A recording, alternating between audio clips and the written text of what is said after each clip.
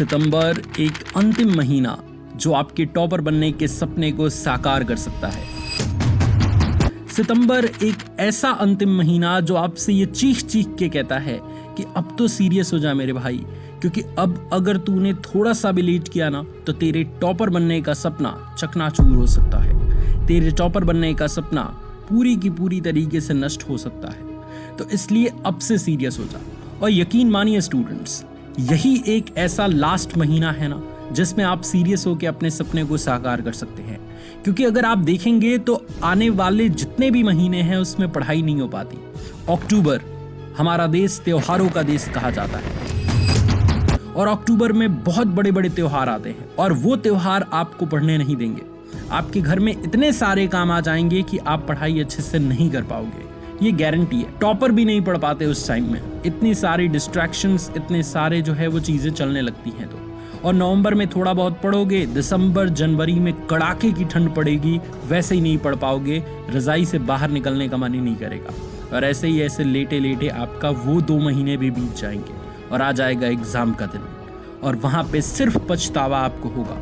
इसलिए अंतिम ये महीना सितंबर ये लास्ट ऐसा महीना है जो आपके टॉपर बनने के सपने को साकार कर सकता है। और इस महीने में मैं और मेरा ये चैनल आपके सपने को अपना सपना समझते हुए आपको बार बार ये याद दिलाते रहेंगे, बार बार ये समझाते रहेंगे कि कैसे सीरियस होना है, कैसे अपने आप को ट्रैक पे लाना है और कैसे आप अपने सपने को साकार कर सकते हैं। इस वीडियो में मैं 3 ऐसी चीजें आपको बताने वाला हूं जिसको अगर सितंबर से शुरू करना आपने शुरू कर दिया, जिसे सितंबर से फॉलो करना आपने शुरू कर दिया, तो यकीन मानिए पूरे सितंबर मंथ आपका दबदबा कायम रहेगा और सितंबर मंथ में आप अपने अंदर गजब का इंप्रूवमेंट देखेंगे। सो आइए स्टूडेंट्स, अपने इस वीडियो की शुरुआत।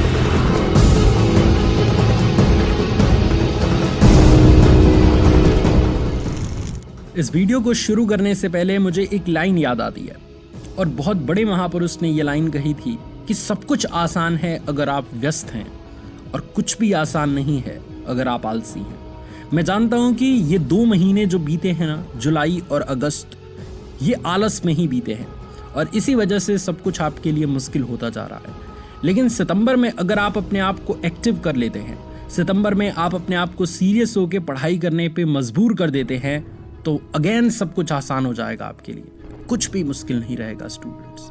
और इन चीज़ों के लिए मैं यहाँ पे 3 चीज़ें बहुत इंपॉर्टेंट बताने वाला हूँ जिनको स्टेप बाय स्टेप आपको समझना है और जो इंपॉर्टेंट पॉइंट्स लगे उनको लिख लीजिएगा ताकि बाद में भी आपको याद रहे। सबसे पहली चीज़ कि मॉर्निंग या इवनिंग, इन 2 टाइमिंग्स में से किसी एक टाइम को पकड़िए और उसमें अच्छी पढ़ाई करिए। अब अच्छी पढ़ाई का मतलब जानते हैं स्टूडेंट्स क्या होता है? एक ऐसी पढ़ाई जिसमें कम से कम 3 सब्जेक्ट्स कवर हो। उन सब्जेक्ट्स की आप लिख के प्रैक्टिस करें। 1 घंटे में एक चैप्टर को कवर करने की पूरी कोशिश करें, रिवीजन करें, लिख के प्रैक्टिस ऐसी करें कि उसमें हैंडराइटिंग भी बने, आपकी लिखने की स्पीड भी तेज हो और इम्पॉर्टेंट पॉइंट्स आप लिखते भी जाएं, क्योंकि जिस चीज़ को लिख देते हैं आप भूलते नहीं हैं। तो एक तीर से 4 निशाने लग जाएंगे। और किसी एक टाइम को मैंने इसलिए फोकस किया क्योंकि देखिए, मॉर्निंग में पढ़ने के चक्कर में या इवनिंग के पढ़ने के चक्कर में कई स्टूडेंट दोनों टाइमिंग्स खराब कर लेते हैं।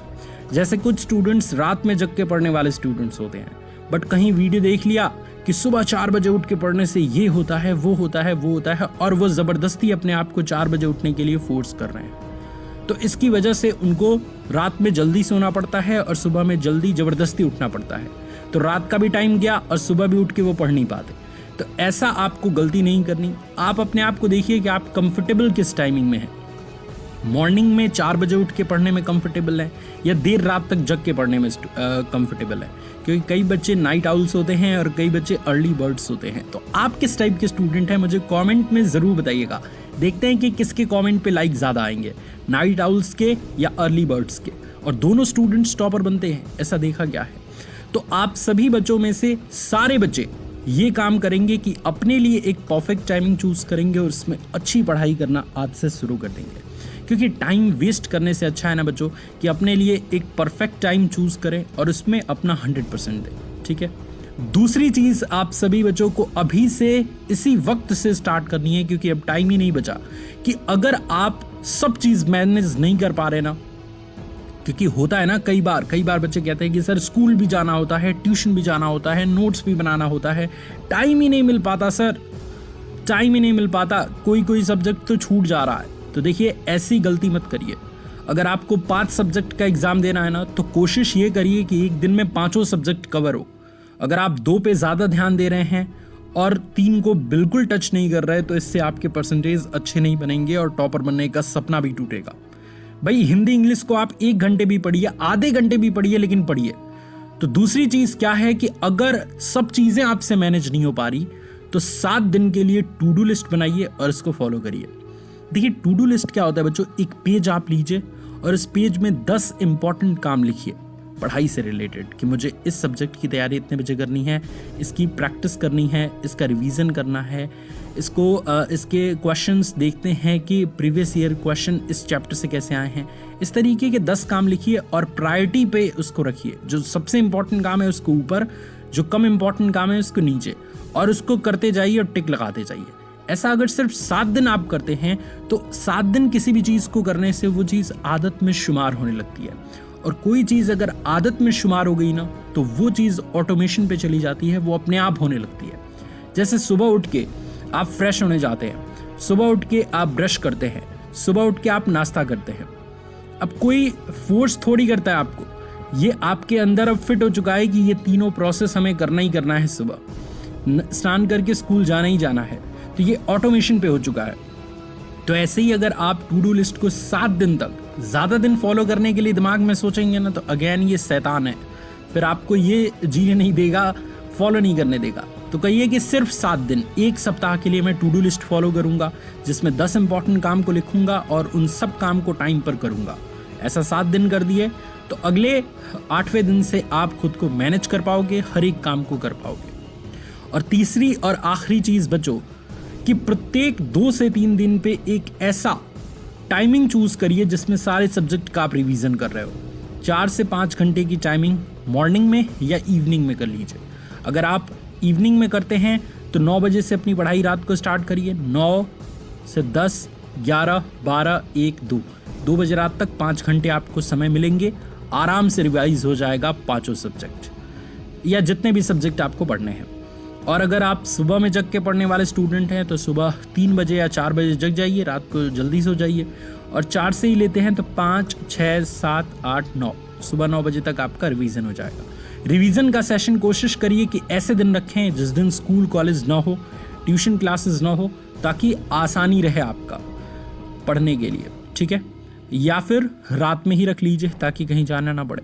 तो एक रिवीजन, अच्छी रिवीजन का सेशन रहना ज़रूरी है हफ्ते में 2 दिन, क्योंकि ऐसा अगर आप करेंगे ना तो जितनी चीज़ें आप पढ़े रहेंगे वो सब याद रहेगा। हम पढ़ते क्यों है बच्चों, मेहनत क्यों करते हैं कि जो चीज़ हमने समझी है वो दिमाग में बनी रहे, क्योंकि एग्ज़ाम में उसी को तो एक्सप्लेन करना है। हमें तो पहचानता नहीं एग्जामिनर, हमारे द्वारा लिखी गई कॉपी जो उसके पास जाएगी वही हमारे मेहनत को प्रमाणित करेगी।